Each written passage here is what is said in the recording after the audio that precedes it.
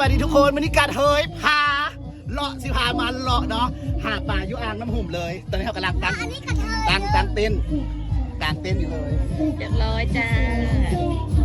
นี่ พ่อครัวแกงเฮ็ดปิ้งป่าแซ่บๆ ป่าธรรมชาติเลยเบิ่งเลยป่าธรรมชาติ ยังเต้นบุบบับอยู่ปากอะอันนี้พ่อครัวเบิ่งดำพ่อครัวก็อยากขี้คุยหน่อยนึง เนาะหลายคนคือจะบ่เสือมากันเฮยหาป่าให้บ่จังหน่อยจะไปใส่มองและควงแห่ให้เบิ่งเด้ออีกแป๊บหนึงเนาะเดี๋ยวเฮ็ดข้าวสวยกินก่อนอันนี้ป่าหาบางเศร้านี่แล้วอีกแป๊บหนึงเนาะให้ตะเวนตกดินจักเล็กจังหน่อยเดียวเฮาสิไปควงแห่ให้เบิ่งเด้อ แกงเฮ็ดยั่วๆจ้าแกงเฮ็ดซูๆเอาซิมเบิ่งดู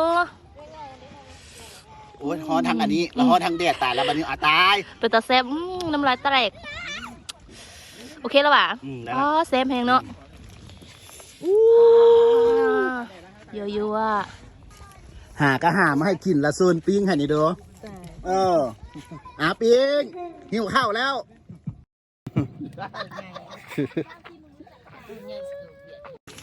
เฮ็ดอย่างนี้บัดนี้ แต่มาคุงหิวข้าว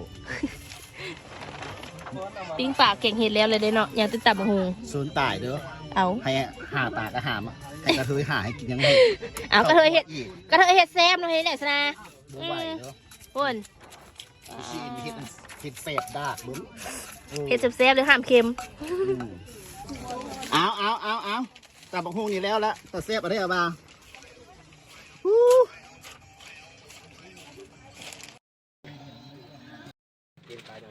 ดูคือว่าไม่ผิดหูอ่ะ วันนี้พ่อตาดูเลย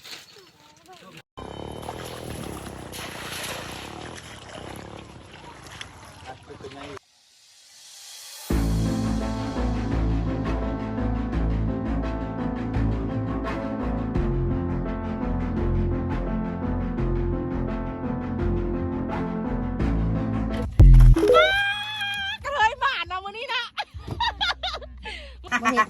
ดี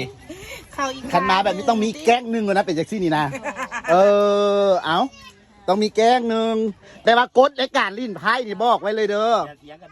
ห้ามเถียงกันแล้วก็ห้ามว่ากูจ่ายดิยังไม่ได้จ่ายกูจ่ายแล้วยังไม่ได้จ่ายไม่เถียงกันบ่ได้เสียและอีกอย่างหนึ่งกฎห้ามมาผู้ใดได้เงิน ก็ต้องว่าผู้นั้นได้เงินเด้อบ่แม่นวงนี้บ่ได้เงินจากคนเสียเมื่อบ่ได้อย่างซี่เด้อทุกคนจ๋าแหล่งท่องเที่ยวที่ว่าอยากให้อยู่น้ำกันดุดๆนะเวลาจับเนาะเพราะว่าเพิ่นบ่ได้เก็บอย่างจ้ากีบบ่ได้เก็บค่าข้าวบ่ได้เก็บการหาปูหาปลามีแต่ว่าไผสิอยากหาปลานะก็เซาเหือได้ลำหนึง50,000กีบแต่ว่าอยากให้อนามัยช่วยกันเบิ่งเลย เวลากินแล้วเราอยากให้เก็บนะ บรรยากาศบอนหาป่าอ่างน้ำหงส์คือนะวิว